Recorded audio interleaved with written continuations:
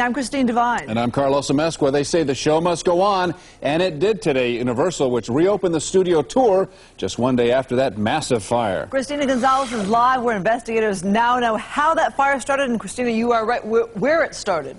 That's right. It was an accident. That's the first thing I got to tell you. And it started right over my shoulder. That is New York and New Jersey streets where they gathered. Now, while I'm showing you around here to your right, this is where the tram used to go through the King Kong exhibit. And that's what's left of that. And as we come back this way, I showed you New York City Square.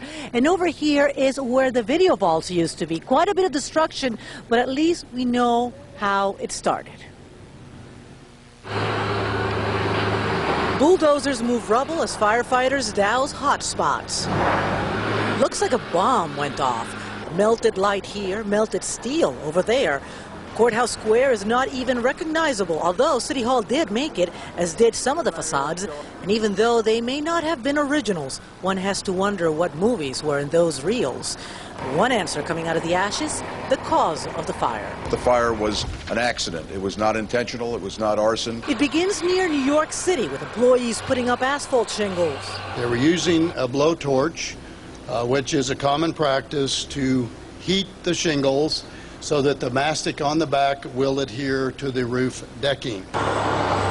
They finished at 3 a.m. and, following procedure, waited an hour to make sure no fires started, then took a break.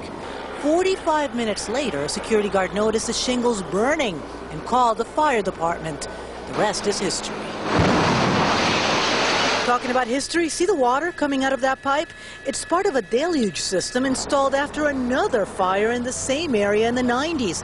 It was supposed to slow the flames.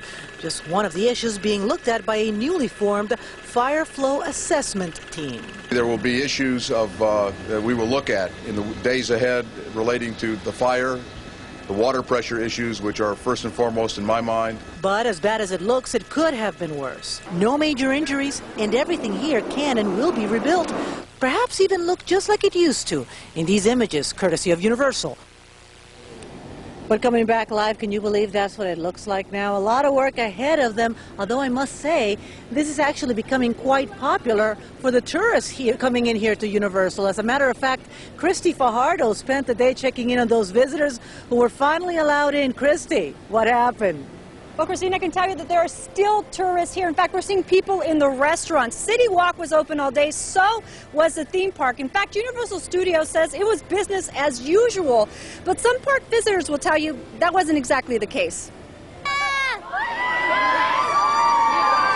Crowds line up outside Universal Studios at opening time, and the City Walk has people walking again.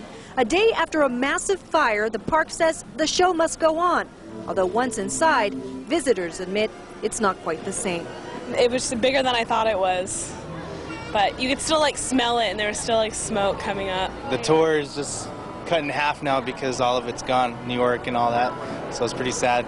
A lot of Courthouse Square, where they filmed Back to the Future, is also gone. From the tram, visitors briefly see some of the damage. This is the New York facade. Parts of the Studio Tour are now covered in rubble, and some old favorites are gone.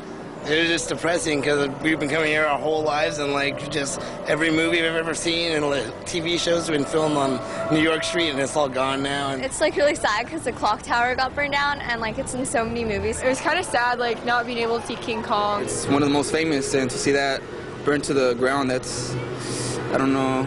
It's a disappointing reality to those who grew up with the park. But first-timers... Yeah, it was excellent. Yeah, it was really good. The damage is just one more picture on their trip. A lot of fun. It was fun. How about you? It was fun.